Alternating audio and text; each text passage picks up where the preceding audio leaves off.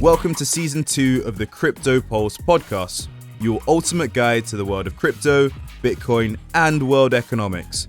We're here to guide you through the crypto universe with thought-provoking topics, in-depth knowledge, and information to help you make informed decisions. We'll also be interviewing some of the best minds in the industry, such as CEOs of crypto projects, traders, economists, authors, and development teams from around the globe. And now for the episode. This episode is brought to you by Yield app. Earn daily compounding interest on your digital assets with its intuitive web platform. And don't forget to refer your friends to earn extra rewards. Visit yield.app for more information. Adam and Omar, welcome back to Cryptopulse.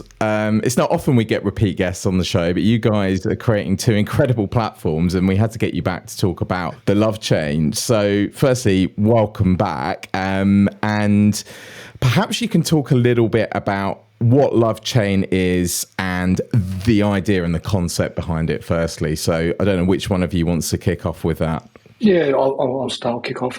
Thanks for having us back on. No worries. It's great to be back on with you guys and to talk about the Lovechain, our other project in the social media space. I think it's worth noting social media, as we all know, is a massive space, and it's just growing day by day.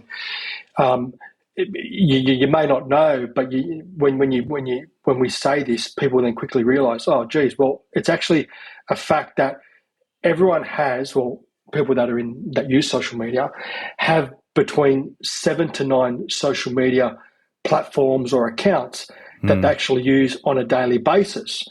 And everyone's like, oh, no, that's not right. But when they actually stop and think about it, they're like, oh, actually, yeah, you're right. When you think about like WhatsApp and Telegram, they're all social media type platforms, LinkedIn, Facebook, et cetera, et cetera, et cetera. And there's all the big names that we all know of, but there's also many social media platforms out there that the four of us wouldn't have heard of. And in developing this project, Omar and I have learned of other social media platforms that we never knew of, but are massive in certain parts of the world. And that leads to the point of that social media is becoming a lot more fragmented. People are wanting to find social media platforms that are niche, that are created and focused on particular areas, whether it's people that love books, people that love travel, cooking, food, whatever it might be, sport. So social media is becoming a lot more fragmented, a lot more tailored towards people's needs and wants, and there isn't that want anymore of having a big generic social media platform. And another interesting fact that was actually a great surprise to us was just in Australia alone, Google searches for I think it was the month of March in Australia, there was over 36,000 searches of new social media platforms. Now, that was a great surprise to us. You wouldn't think that people are, given that there's so many social media platforms out there that people are using, and there's that stat where people use between 7 to 9, that social media is something that people are craving for, but they're also craving for something new, something niche, and that's what gave rise to the Lovechain. With the Lovechain, we are creating a social media platform that's niche, but is focused around all the things and all the people that we love, that we want to celebrate, love. We want to celebrate, your family, your friends, your sport, your sporting teams, football team, travel, wine, food, whatever it might be.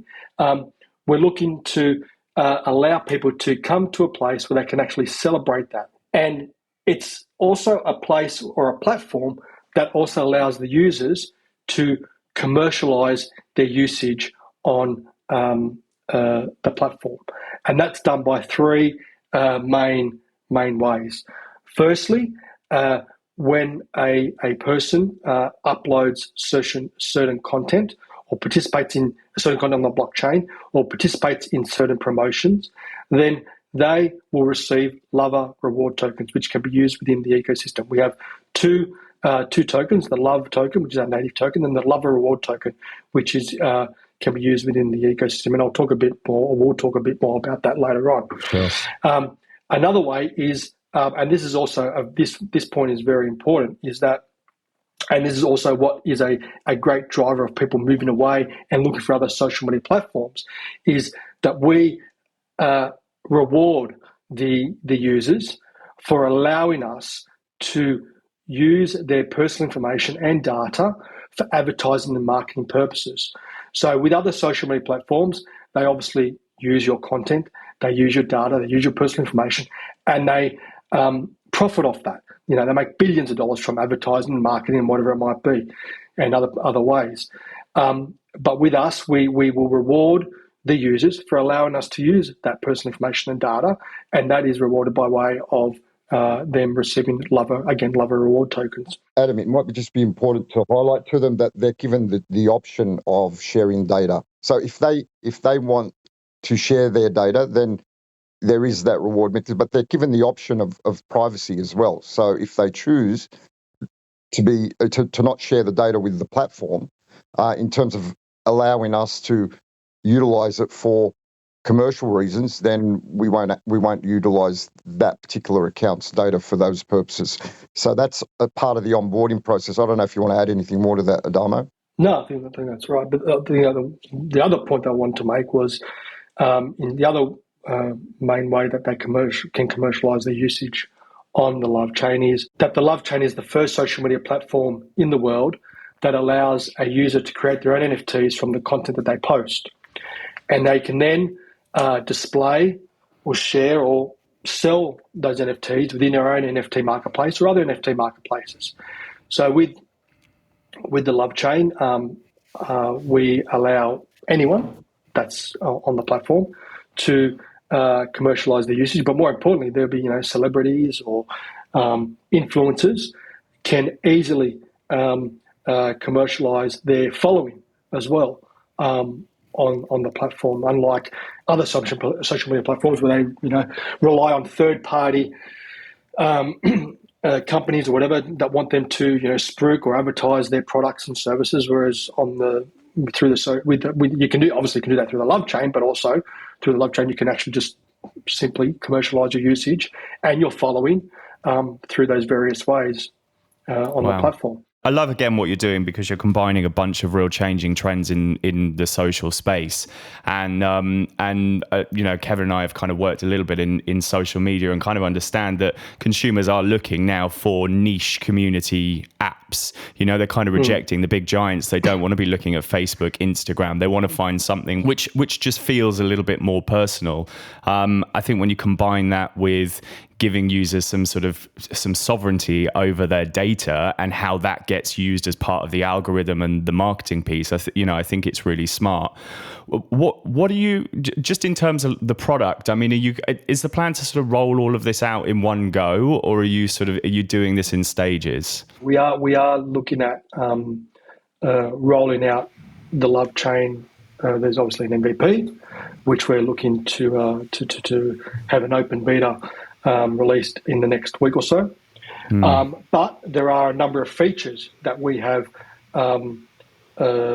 planned to be built into the app that will be released over time. Nice.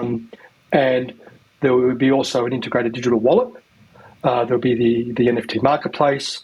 There'll be the e-commerce marketplace as well. And that will be built primarily around the love economy. The love economy is a $400 billion plus USD economy per annum. And if we think about the love economy and also some of the inspiration that gave us what the Lovechain is celebrating certain events, things like Valentine's Day, anniversaries, weddings, engagements, bar mitzvahs, whatever it might be. If you think about, there's so many things that we celebrate that are built around love and buying gifts for other people or whatever it might be. There's Valentine's Day, there's pet days, there's all sorts of days where we go, Mother's Day, Father's Day, et cetera, where we go and celebrate, and we have to buy gifts. We buy gifts for people, and that might be a box of chocolates, it might be flowers, it might be jewelry, anything. It could be for us guys, we might want a football jersey or a pair of runners or whatever it might be. Obviously for your wife, whatever it might be. She wants some jewelry or some fashion item, whatever it might be. So there's a whole range of goods and services that are, if you think about it, that are built around love, that are built around celebrating anniversaries, celebrations, and that you stop and think, oh, okay, yes, there is so many things that we buy gifts for that is built essentially around the emotion of love. So I was just going to add quickly to what Adam was saying. Essentially, the opportunity, the commercial opportunity, is tied to those celebratory events. So essentially, and this will talk to the blockchain technology and what it allows us to do in order to celebrate these events uniquely.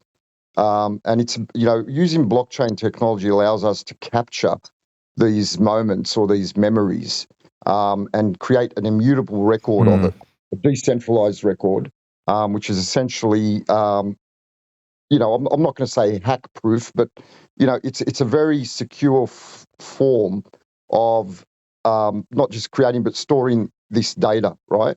So people tend to really embrace those key events in our lives, whether it's the birth of a child or, our pet or our children or our, other things or items that we love.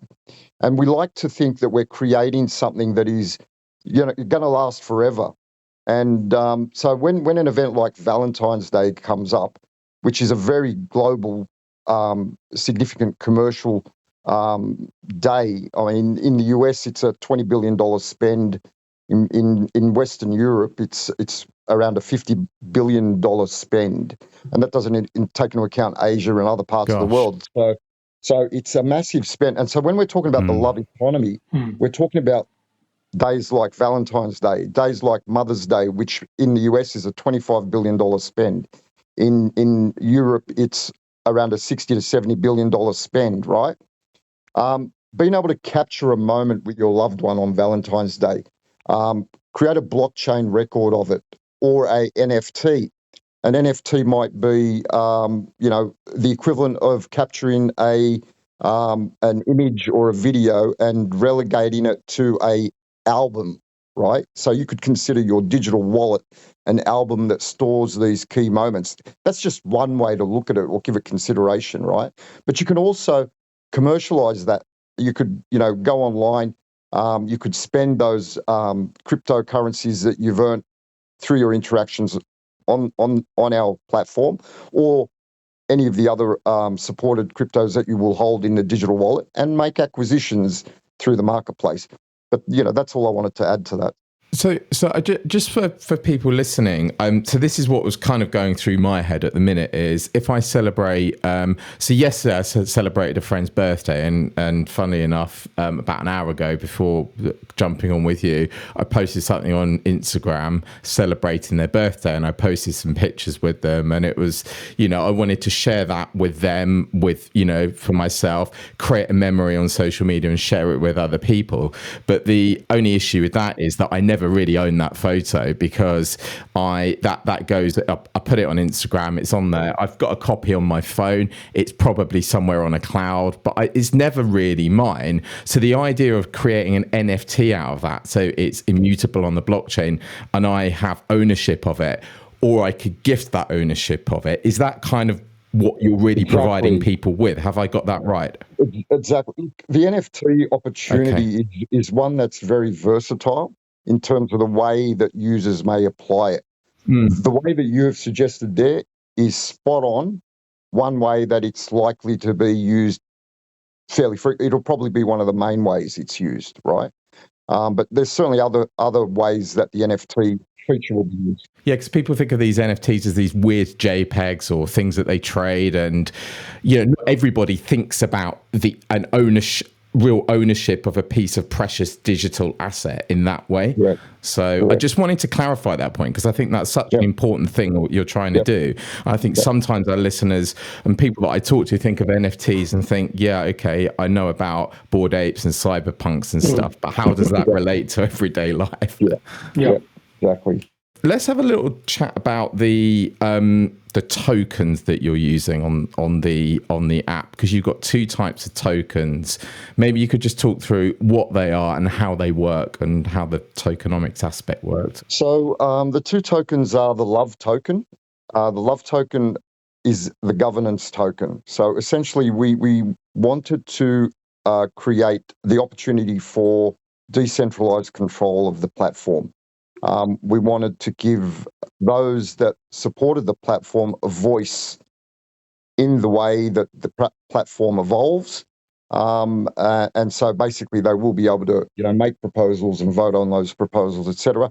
Now that's very different to, social media as we know it today. So all the big platforms are heavily centralized, and obviously that centralization in itself has given them a great deal of clout, right? So social media platforms, they carry a lot of clout with their advertisers, with government. As a tool of collating data and also disseminating information, they're unparalleled in the sort of clout they have, and that also is largely a part of their centralization. We wanted to decentralize control of the platform. And we're not naive. We understand that in the early stages, you're always going to have those that hold, large chunks and whatever. But over time, control will be decentralized. Distribution should theoretically, increase. So the LOV token is primarily a governance token, but it also gives holders the ability to stake and capture a part of the revenues that the platform generates, right? So there is that ability to earn, to have a say, and also to earn some bonuses out of that as well. It'll also have utility in the marketplaces. So whether it's the NFT marketplace or the e-commerce marketplace, the LOV token will be accepted as currency. So whatever its value based on its listing prices, that value will flow through, and you will be able to, capture that value if you decide to spend LOV tokens in the NFT marketplace or in the e-commerce marketplace, or wherever we may give it utility in terms of any partner platforms that come on board. The LOVR token, on the other hand, is the on-chain rewards program. That is essentially reserved exclusively for those that participate on the platform in the way of creating content, sharing content, engaging with content, right? We have a limited number of rewards tokens, so it's limited to 8 billion. And there is a specific formula in terms of how many you get for certain actions on the platform. That over time, we believe, look, in the early days, we're not anticipating that there'll be, any significant intrinsic value in the rewards tokens, because that's going to be a consequence of the size of the network and how successful the platform is. The more users that are on there, the more interaction there is on the platform, the greater the value of these rewards tokens. They will also eventually be listed, and they will also be able to capture revenues directly out of the total revenue pool as well. So that is also something that is going to be enabled there. Why did we go with two tokens? Well, essentially, I think, separating governance from those that just want to create content, participate on the use more on the user side of the platform. That's not to say that if you're participating in governance, you can't do that. You can capture both tokens if that's something you desire. But I think it just separates into clearly defined functions, and the two key functions that we want to give back to our ecosystem are governance and also rewards for participation. A lot of the success of this platform is going to be the work that you're going to do around user acquisition, which I think is the hardest thing. And then probably the equally hard thing is to get people staying on the platform and using it. So you can get them to come through the door, but you need them to stay and use it and partake in it. So what's your plan around that? How are you going to find new users, and how are you going to encourage people to use the platform? Good question. So we are embarking on a rather aggressive marketing campaign and plan. that we've put in place.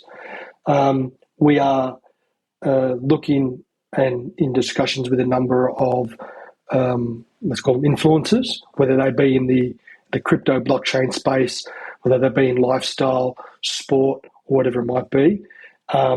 So we're looking at bringing them on board onto the platform, them obviously sharing it with their followers and attracting their followers onto the platform as well and engaging with them. We feel that the features that we have to offer and also ones that we have planned for the future will be a way to attract users, but also to engage with users and also to make them stay on the platform and to stay within the ecosystem.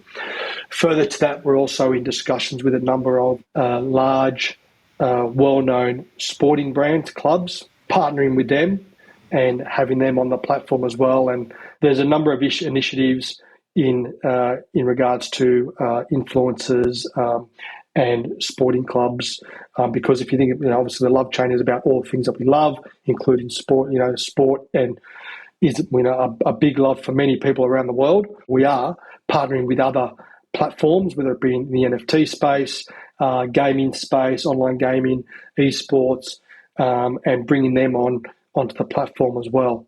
So there's a number of ways that we're working in terms of bringing users to the platform, engaging with them, and with their followers as well. The marketing and the advertising and the promotions is one aspect of what we will be doing.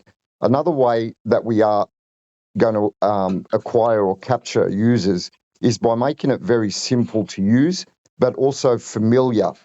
So essentially, from a user interface perspective, the Lovechain's essentially probably a cross between, say, TikTok and Instagram.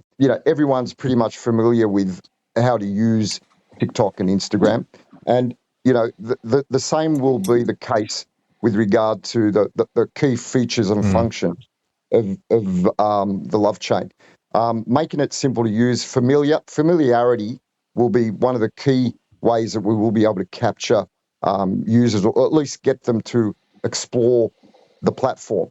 Now, obviously, innovating around the blockchain upload or the NFT creation feature or the integration of the digital wallet, we've simplified that so that essentially it eliminates a lot of the potential anxiety that someone might have around having a digital wallet there, or how do I create an NFT? So, for example, when you take a photo or a video, it's as simple as basically selecting a Create NFT tab when you go to upload your post, right? Either upload it to the public feed, or you could create a blockchain upload, or create an NFT, or you could create all three, right? So you just flick all three on, and that's the way. Or if you just want to create an NFT out of it, then it's simple as just flicking the Create NFT tab, and it's done and dusted. So it's easy. And I think that's one way that we will also be able to get users on and probably keep them on there by simplifying those features or processes and making them so familiar that they just become, okay, it's not an issue. People will be able to do it. And then the other thing is, the rewards mechanism is I think a key thing. Being able to communicate that in a way that is meaningful will probably draw users to it. So what we're saying is you can create content and earn crypto, right? We like to say that the Lovechain is the app that loves you back. So that's the other thing. I think you could probably create a really interesting viral effect by using your reward token to reward users for inviting other users to the platform too, right? I mean, you can create a pretty aggressive network effect by going down that route. Right. Yeah, it's interesting. I think having having sort of tokenomics inside a social app, I think it gives you a lot of freedom to sort of play with how that marketing system works. I want to say a big thank you to Yield App for sponsoring this podcast. Now, we may be in the midst of a bear market, but that's no reason to stop earning on your digital assets. Yield App allows you to earn daily compounding interest on the biggest digital assets at the click of a button. Yield App is a licensed fintech company built by a team with a strong background in traditional finance. Yield App offers instant asset conversions, fiat on-ramp, auto compounding, and security features such as activity log, transaction history, and more. Simply deposit your digital assets and click to start earning daily rewards. And you can earn up to 1,000 of their native token, YLD, by referring your friends to Yield App. You will also automatically join their monthly referral competition for a chance to win massive prizes. I do have a question just around building an app on and integrating the blockchain, just to sort of dive into sort of how you're doing that and whether the app is completely decentralized or whether you guys are kind of using a blend between the blockchain and sort of like a standard cloud computing. Yeah, good question.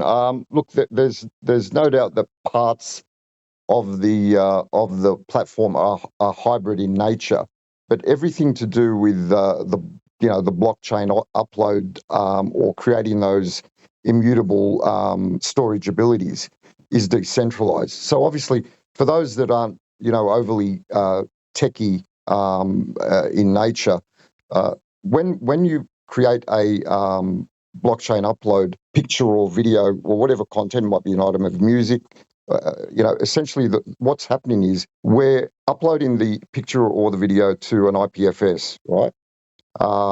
Which is decentralized. And we're also basically capturing that address and recording it on chain, right? So there is, a hash of that address on chain. So that's the decentralized element of it. You can't actually put a picture or a video on a blockchain, right? So it has to be done through another mechanism. So it's not actually via a cloud, it's through an IPFS, which is decentralized. So the content is decentralized, right? Is all the content decentralized? No. So some of the comments that people make or the likes and some of those sort of features, they're on, typical centralized databases. And one of the reasons for that is the hybrid system works best at the moment in terms of efficiencies. And, whilst we've tried to decentralize as much as we can, and, all social media platforms are actually continuously evolving. So they're not actually, it's not like, here's the final app and there you go. Sure. Our plan is certainly to decentralize more and more of it as it becomes viable to do so. But I think for the purposes of where we want it to be early on, it made sense to decentralize governance, to decentralize the reward mechanisms and programs, to certainly to decentralize the actual content upload and creation features. So they were critical. Yeah, and I think you're also at the moment, I think while some of the sort of, I'm not sure what blockchain you guys are building on, but while some of these blockchain chains are incredibly scalable, you are reliant on the throughput of some of these blockchains to be able to, to be able to scale. So I totally agree with the strategy you guys are taking. If you can take things like comments and messages and put that through a centralized server, I think that makes perfect sense. I had another question just around sort of the popularity of current imaging social apps. So you've got things like Instagram, you've got things like TikToks.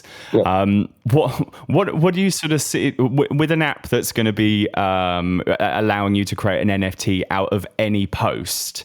Where do you see that going, and where do you see the value? I mean, because we look at current social apps that are just flooded with pictures of people's food and pictures of animals and things that aren't necessarily valuable. I mean, where do you see that going? I think basically what I will say is there are different users that'll use these for different purposes, and they will mean different things to those individuals, right? So you might be a artist or a musician or a photographer, and you have real talent in what you do, and therefore creating an NFT and being able to monetize that on your terms, essentially, is something that you would deem valuable, right? And what others are prepared to pay for your content it essentially is a reflection of the way the community perceives your talents. Right. On the other side of things is people may want to create NFTs out of their content, simply initially to experiment and say, oh, okay, I created an NFT out of this. And it might be totally meaningless. I think meaningless to us, but meaningful to them. So I think, I don't like to put a label on it. I think what we can say is, given that this has not been done in social media before, this is somewhat experimental, right? And one thing that we are likely to do after our initial maybe 3 or 6 months of operations is to create a gallery of users' NFTs, find a museum or a gallery that is, would like to showcase them, because it is a signature event in terms of the history of social media and the way it's evolved. And this is just going to be a reflection of what, a social media user wants to create there, and what sort of content they want to choose to create NFTs out of. As I think I've mentioned to others before, some users might just want to use the NFT as the equivalent of a photo album. And so what they're doing is they're creating these memories, which are essentially, captured as one-offs, storing them in their digital wallet, possibly gifting them to those that these items might resonate with, or just storing them for their own personal, satisfaction. They may have no incentive or intention to seek some sort of monetary value out of that. And so I think this is, once again, it comes down to different types of users, the diversity of the content, we'll see. We will see. Yeah, it's brilliantly answered. I think about the way that Facebook has gone with small niche community groups, and there are groups that you can join now for all sorts of different things. Guitars, different foods, and actually niche communities find value around these really sort of very small topics. And I think if you give those communities a mechanism to be able to trade the things that they perceive to be valuable, and then I can see how that's a really useful tool. I also think about the collector's economy. People that go out and will collect gaming cards or collect postage stamps. I think there's also an argument that people might want to collect images that fit a particular hashtag. They may see a particular photograph which they really love that they want to add to a particular album or a collection. So, yeah, I think it's smart. I think there's a lot of ways that can go. On the hashtag point, so one of the other inspirations with the Lovechain is the number one hashtag across all social media is hashtag love. Right. Okay. So if you type that in across different social media platforms, you'll see a multitude of posts tagging hashtag love, and that is one of the inspirations of the Lovechain. Well, that kind of leads me on to my next question, actually, because we look at all of the social media platforms that are out there today, and we know that one of the biggest problems that these platforms have is moderation. Twitter at the moment are really in the middle of a very difficult situation with the way that they're moderating content and censorship and deplatforming. I think it's something which obviously evolves as the platform evolves, and you kind of figure out where your strengths and weaknesses are and what you need to look at. But with the platform that's so focused around love, how do you make sure that that's the message and the vibe that's really coming through to your users? I think that's captured through the actual name and the theme and just the general way that we will market the platform itself. Beyond that, obviously we need to be mindful that not all those that participate are necessarily going to participate for the benefit of their fellow community members, and some might have some other motives in in play. I think we need to be aware of that, and we need to have policies in place that essentially deal with these from both as a platform that wants to promote the best of actions amongst our community, but also from a legal perspective as well. So there are certain things there in terms of moderation that will not be tolerated, as they wouldn't be tolerated on some other platforms. So, you know, whether it's racial vilification or, you know, sexual or gender, vilification, right? You know, that sort of participation will not be tolerated. And we need to be mindful of the, you know, of what's good for the broader community, right? If it doesn't fit in with, look, at the end of the day, there is the decentralised governance aspect as well. So essentially, if, you know, there are issues or problems with our moderation policies and our moderation frameworks, then there will be the opportunity to change that. And I think you've got to give your community the opportunity to contribute to how this is implemented and how this is actually how it evolves, which is why we've gone down with the decentralized governance aspect. But having said that, look, I think the challenges that we will face are probably they're going to be no different to what other social media platforms face. Yeah. I guess our name might essentially help us out in terms of attracting those that are mindful of what we're trying to achieve. And you know, it's probably unlikely to be a platform where, you know, general social topics of discussion are going to be, you know, really broken down on the Lovechain. I think it's going to be more about just, you know, fun, capturing, you know, key moments in our lives that matter to us as users, celebrating all the good things that life has to offer. And that's really the major message that we're going to drive and push.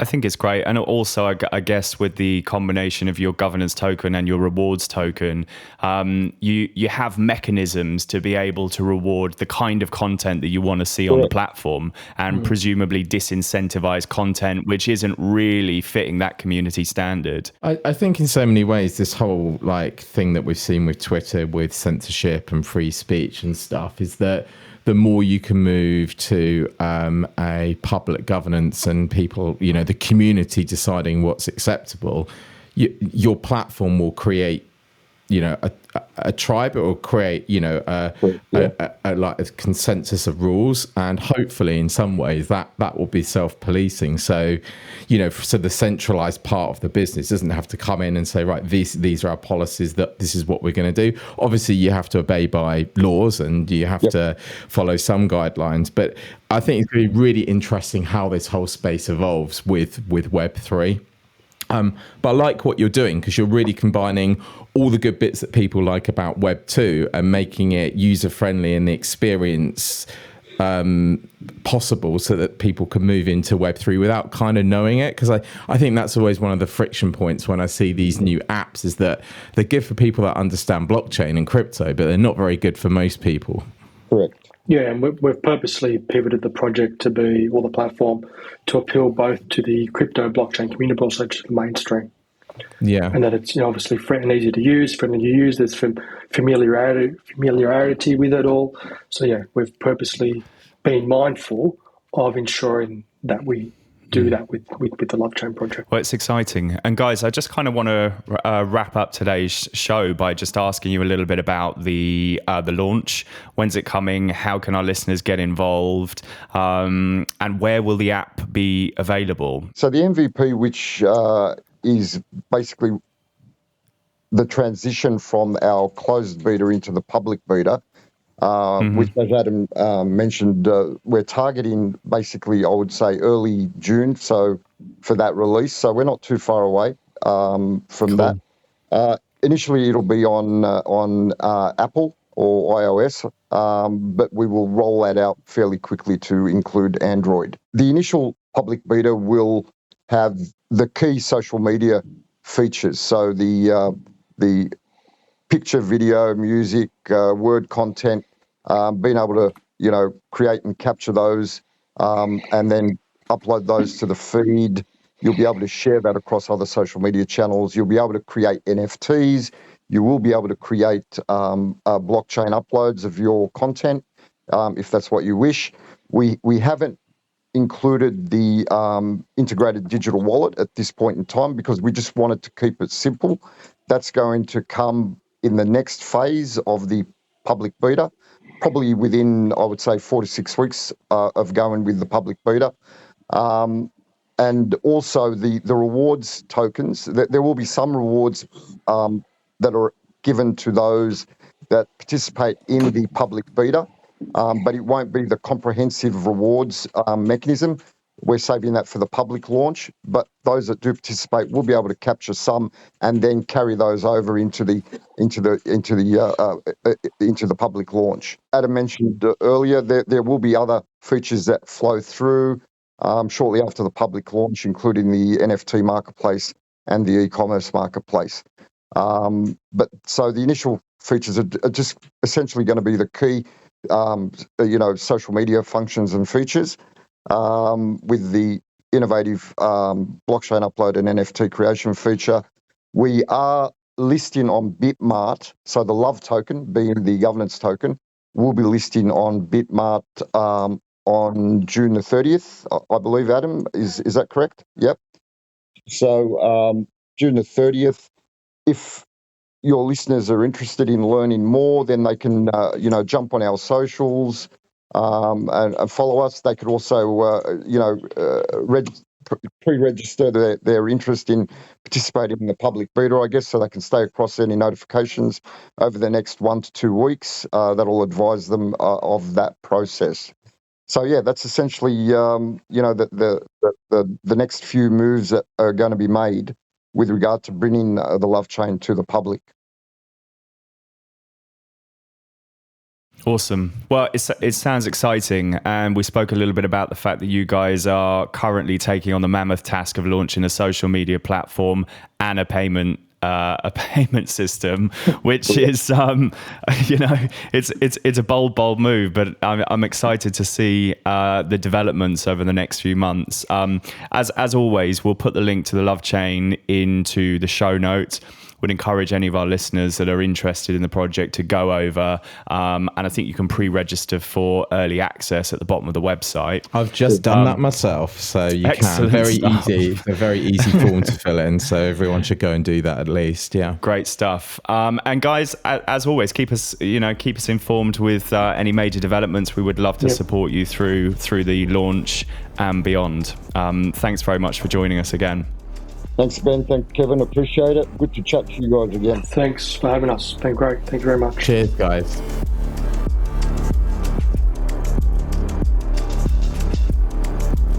We hope you enjoyed this episode. It would mean the world to us if you could leave a review wherever you're listening. This really does help and allows other people to find us online. You can keep up to date with new releases of the podcast by subscribing and following us on Twitter or Instagram for the latest crypto-related news. Information provided by Cryptopulse via this podcast, website, social media channels, and any other medium does not constitute financial advice, investment recommendations, or any other type of advice whatsoever. The Cryptopulse team are not professional financial advisors. Trading and purchasing cryptocurrencies do carry risks, and anybody wishing to partake in such activities should seek professional advice.